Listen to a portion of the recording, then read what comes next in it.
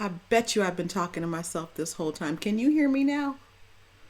Please let me know that you can hear me now. Christian, I see your comment, so I don't know if you can hear me. Please let me know.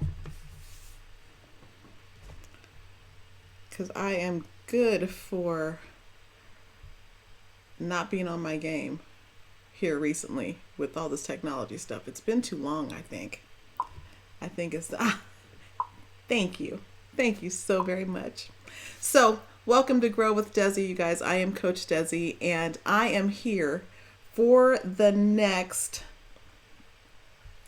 I'm going to be here for the next 10 minutes or so, just sharing with you something that I got today from a reading that I did, and I think that it will continue to help you look forward, push forward, look towards the future, because we do have a beautiful future ahead of us.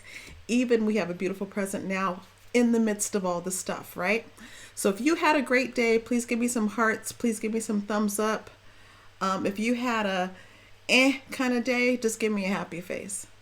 Because at the end of the day, we get to choose how we show up, right? We get to choose how we show up. So, today's topic is called U plus 2 equals 1. Now, what in the heck does that mean? U plus 2 equals 1. Well, here's the deal. There's a way that you show up every single day. There's a way that I show up every single day. Awesome. I see the hearts. Thank you, guys. So when I show up, there's a purview that I think that people they want to see me operate in. I have a thought that people want to see me a certain way.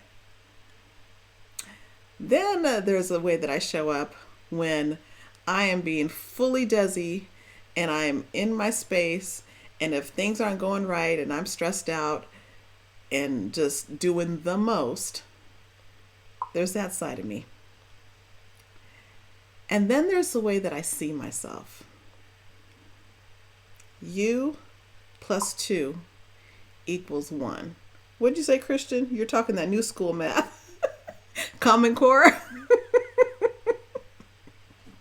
Gosh. You guys, wait, hold on. I'll just pause right here. Let me just tell you something. When we entered into this whole, okay, they're shutting down the schools. Okay, now you got to stay, you got to stay in place, and you can only go to certain places, all the essential places. I was like, okay, all right, they're closing down the school. Wait, I got to homeschool. Did you? Now I'm having conversations with myself. Like, DEZI, you know you weren't built to do that. You were not made to homeschool, especially the child that is most like you. Lord have mercy. So here I am panicking about school closing and what's going to happen and all this stuff. So I have a conversation with my daughter's teacher. We're texting. School closes on Friday. Saturday morning, we're flying off the text messages, and I say, hey, listen, I wasn't built to homeschool. Now, this is my daughter's teacher.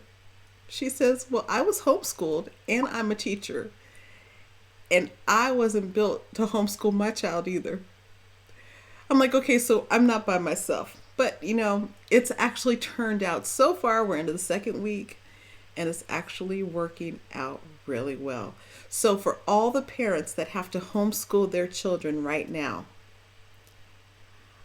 from me to all the teachers out there, I applaud you, because this is no joke. Teachers need to make more money. So if you know a teacher, give them love, send them gift cards, digital, of course, because we are still physically distancing. Give them some love, because homeschooling is not for suckers. It is for the brave. And thank you to all the teachers out there that have served my children all these years, because I don't know how you do it. But you do it, and you do it well. But I'm not doing too bad, but I know that it's temporary. So Anyway, I just had to digress. Hey everyone, Carrie and Carol and Chris. Hello everybody, thanks for joining. Okay, so let's talk about this new school math. U plus 2 equals 1. There is the public you, who you think people want you to show up as. There's who you really are when all the chips are down and you are completely stressed out. And then there's the you that you perceive and you want yourself to be. And in this entire formula, there is one thing that separates those that win and those that just are. That one thing that separates the winners from the average, and average is a bad word, that thing is attitude. It's attitude. And I want to share with you that especially when we're going through the times that we're going through right now, our attitudes will either make the time that we're spending better, or it's going to make the time that we're spending worse. And it will be worse 10x because we are with the people that know us the best. They know our good sides. They know our not so good sides. And on top of that, all of the things that we have to do, get to do, need to do, it's like the real has entered the building. But the thing that separates the winners from those that are average is attitude. Now, here's what Dennis Waitley said. He said the real leaders in business, in the professional community, in education, high five teachers, in government, and in home, they all seem to have this cutting edge that separates them from the rest of society. And that thing is attitude. It's not high IQ. It's not being gifted. It's not how talented you are. It's not the title that you have. It's not the money that you make. The thing that separates the winners from the whack is attitude. What'd you say, Christian? Zena Warner, we just got one. They have 15 plus. Man, let me tell you something. Don't use that word. You're going to tell John what I said. Please don't tattle. Don't tattle. Don't be a snitch. Okay, listen. Let's talk about talented people and attitude. Remember, this is new math. U plus 2. Okay?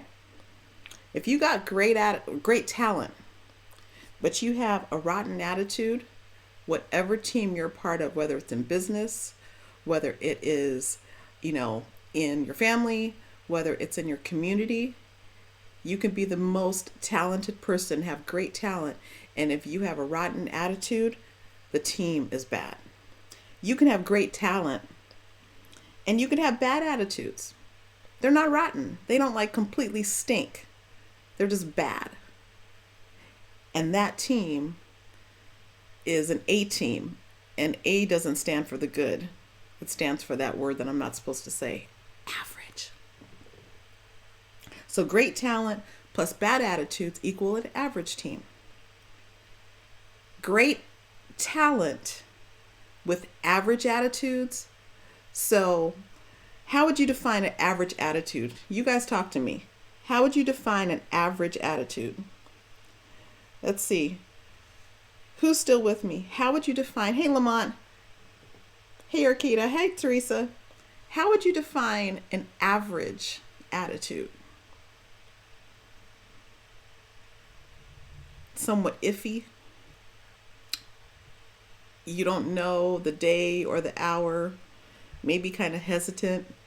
You got to tiptoe around somebody because you don't know when they're gonna go off. Or how would you define an average attitude? Hey Lamont, I would say that, well, I'll just share it with you. Great attitude with great talent with average attitudes equals just a good team.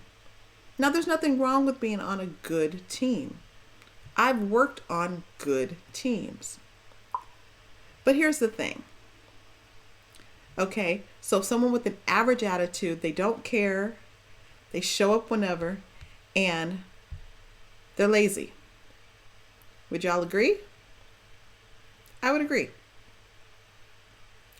So if someone has great talent and they've got a good attitude, the results of that is going to be a great team. Now, I don't know about you, but I want to work on a great team. I want Team DEZI family to be great. I want, my team at work to be great. I want my business partners and with the clients that I work with, I want them to be great. I want to make sure that everywhere that I go, that greatness abounds. Why? Because it's a choice. Let's see here. Lamont says average never wins. Average never wins. Average is what did they say in school? What they say an average grade was like a C, and that it was passing. Let me tell you something. I had started a job, and I was working as a supplemental worker, and I had applied for a job, and you had to go in and do testing. And so in order for me to get hired as a supplemental, okay, in order for me to get hired as a supplemental, I had to pass all of their clerical testing with a 95% or greater. Like, I had to be great to even be considered to be brought on, not as permanent, but as supplemental temporary work. Okay. So you go in there, pass the test. So now I'm applying for an actual full-time position, and I've got to take another battery of tests. So I go to the testing facility, I get inside, get myself settled behind the computer, waiting for the instructor to come, and up on the whiteboard, way in the corner, it said passing score 70. You guys, I was mind blown. Like, wait a second. In order for me to get here and not be full-time, I had to be exemplary. I had to be really good. But in order for me to be an actual part of the team, as a full-time employee, I could be average and pass. It blew my mind. It blew my mind. And, when I look back and I think about that story, and I see the progression, and I see how things have gone in this organization, I can always go back to that reminder that I had and say, oh, well, it's just a part of the culture. It was okay to be average and pass. You see the dichotomy there? Like, it doesn't make any sense. Now, you could be average and then have an average attitude. How great are you really going to be? How far will you really go? So anyway, I want to have a great team. Christian says he wants to have a great team. Anybody that chooses to be their very best, you want to make sure that you spend the time with the winners and not the whiners. Spend time with those that are exercising wisdom and making their way towards the win. Not with those that are okay with just, making a way. Okay. So great talent plus good attitudes equal a great team. You want outstanding results? You want this time that you are experiencing, I am experiencing, we're all experiencing together to be great, then you get to choose to have a great attitude. Not what you pretend to be for the public. Who you really are under stress, or who you believe that you want to be, or how you might see yourself. All of those equal one, and the way that the one can win is when the one chooses to have a good attitude. So that is my crazy math formula for tonight. I hope that you enjoyed this little teaching. I'm back and I'm glad to be here. I'm looking forward to just sharing things that I'm learning about how to become a great leader. And I'm helping you to get the results that you're looking for in your leadership and your personal growth development. That's it, Christian. Great talent, great attitude, great team. Formula, pow. There you go. Anyway, you guys, if you have not had a chance to hop on into the Girl Ask Me Anything community, I would love to have you. If you look at the top of this post, I indicated that the My Life Plan Personal Growth Masterclass, it starts on the 30th. I would love to have you there. We've got several people that have already signed up and they are ready to grow. So if you are ready to grow, jump on into the community. You'll see all the information in there. There's a lot more that I can share that I can't share on my personal page, but I can share in the community and on my business page. So look me up, check me out, do whatever you got to do, but I would love to get together with you so we can grow together. Okay. So I hope you have a wonderful rest of your evening. Carrie, you are so incredibly welcome. Thank you. Thank you. Thank you for coming and hanging out with me tonight, my friend. And I will see you again next time. Have a great evening. Take care.